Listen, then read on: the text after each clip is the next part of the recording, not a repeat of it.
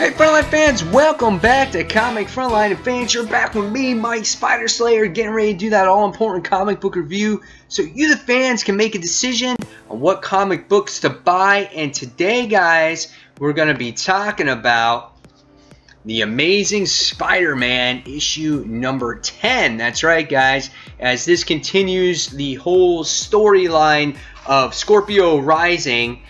Power play. That's right, fans. Now, this book is written by Dan Slott, and the artwork is done by Giuseppe Comicoli. Here we get to see, if you guys are familiar with Comicoli's artwork, it is very solid artwork, especially when he does draw Spider-Man. There's a lot of details that go into him. The action scenes are really nice. We get to actually see Rhino in this issue, which is cool, even though he's a little dark. I love all the action scenes that happen in this book. This is a nice 2 pages in here. The paneling layouts are really cool. And the only thing that gets me at times when it comes to Comicoli's artwork is his facial expressions tend to be a little weird, especially when it comes to Scorpio right here. He's just got this crazy, like, little eager kid, you know, face on there. So I was just like, oh, okay, that's a little weird. But nevertheless, though, it is good artwork, and the coloring is really nice and bright. So I do love the way the book looks. Now, when it comes to the whole Scorpio Rising thing and the Scorpio gang, I feel like the story has been a little bit drawn out. And if you don't care about the Scorpio gang, you're not going to really love this story that's being told here. However, with this issue, there is some good progression in the story of where we are at with Parker Industries and whatnot. So let's go into detail, go over the story a little bit, and then I'll give you my final thoughts. So in this particular story, this is right when Spider-Man falls from Earth. We find out that he disabled satellites to find Scorpio and whatnot, and he fell from the sky in this spacesuit, and he survived this big, long, drawn-out fall that happened in the last issue. So Scorpio is waiting for him, and you get to see this battle that happens. And even though Spider-Man is all beat up and he's all damaged, it doesn't stop him from doing this battle. He's pretty much he does the basic skills of what we known Spider-Man to have through the years and years, which is really cool. We get to see the city's people kind of defend Spider-Man from actually getting killed, and what happens is Scorpio is called elsewhere. We get to see the mystery man that's going to appear in Dead No More in the red suit, and we wind up finding out that Rhino makes his appearance, and he has to find somebody else, another villain or whatnot.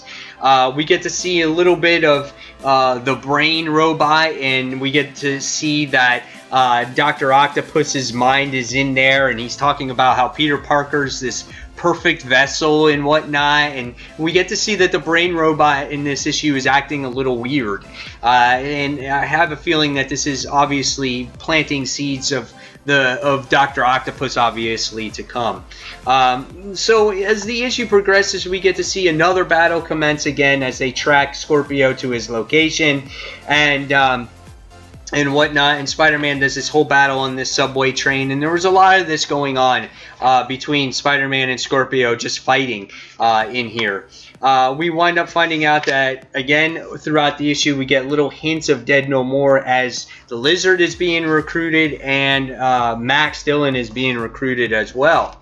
As we get towards the end of this issue, we find out that Scorpio escapes the fight, and Spider-Man winds up getting to find out the revelation of who Scorpio actually is, and we find out that that it's been the man that's been investing in his company from the very start, and he's taking all of Peter Parker Industries' money and using it to finance or to fund his Scorpio gang and everything around it to take over the world. So I found that was very genius on their lead investor, and Peter Parker never had an idea. So by the time we wind up getting to the end of it, it looks like Spider-Man is like, okay, well, we gotta you know, do our battle here, and I don't care what it means. If it means Peter Parker Industries going down or losing the company altogether, no matter what it takes, I'm going to take you down. So that's basically the way the issue ends. So what did I think about this particular book?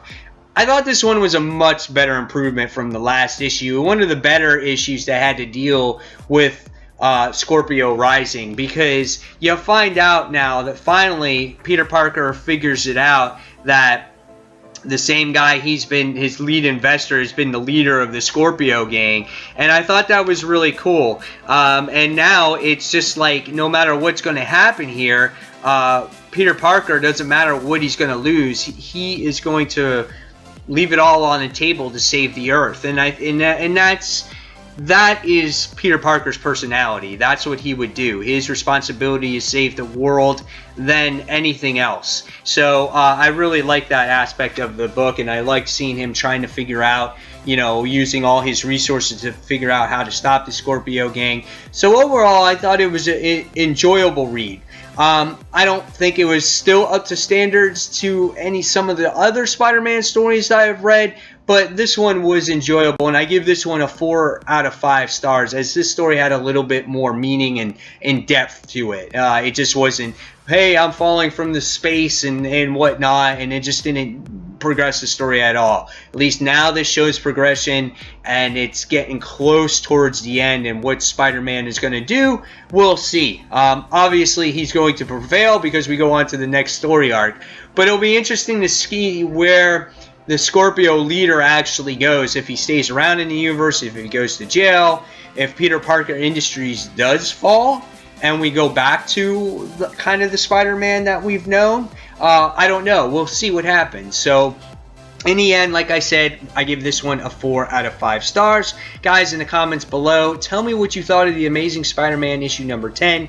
Do you find this story just long, drawn out, and just a stall until Dead No More? Or did you actually find that there was a purpose to this actual part of Scorpio Rising? So again, fans, as always, thank you for watching Comic Frontline. Don't forget to check us out each and every Tuesday night, 9:30-ish p.m. Eastern Standard Time, as we have our live show and we talk about all the comic news for the week and our top 5 comics of the week. And fans, again, as always, this is Mike Spider signing off, and thanks for watching, guys. Take care. Bye. Hey guys, get involved with the conversation. What I want to know in the comments below, what is your all-time favorite Spider-Man writer? And who would you like to see on The Amazing Spider-Man? Again, guys, thanks for watching, and leave those comments below.